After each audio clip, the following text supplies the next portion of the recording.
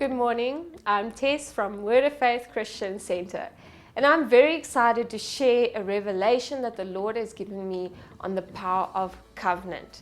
One day in my quiet time, I was reading in the book of Joshua, specifically in Joshua 9, verse 3 to 27, and that's quite a long one, so I won't read the whole one out, but in it is a beautiful story of the power of covenant. So at that time, Joshua had just won the battle at the wall of Jericho. And every other city nearby knew the story and knew that Joshua was coming to take the land with his army. And then the Hittites had heard the Israelites were to conquer all the land that the Lord had promised. So what they decided to do was they decided to deceive Joshua and his tribe. They pretended to be from a faraway land by coming in old clothes and offering moldy food and pretending that they had to come from far to ask for a covenant.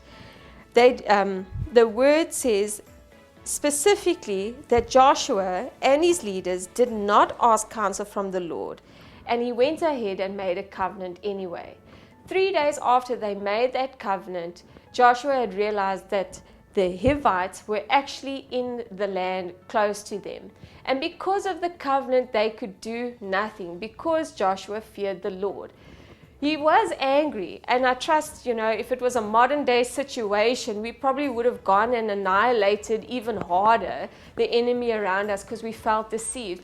But Joshua stood by his word because it was the power of the covenant. Needless to say, the Hivites did become slaves to Joshua, and they admitted that they had feared and therefore fell into a slavery to fear because of their deception. When you think about the covenant that God has made with us, and when you read about the Last Supper, when Jesus broke the bread and he gave the wine, he says, "This is my new covenant that I make with you." How much more reassuring is it that when we come into covenant with the Lord, it doesn't matter what we do, God will honor his promise because that is the power of covenant. So be assured today, if you feel like you've slipped up, if you feel far from the Lord, if you've been with the Lord and you've fallen back, just know that God has not changed the way that he sees you or how he feels about you because he honors the covenant he has with you.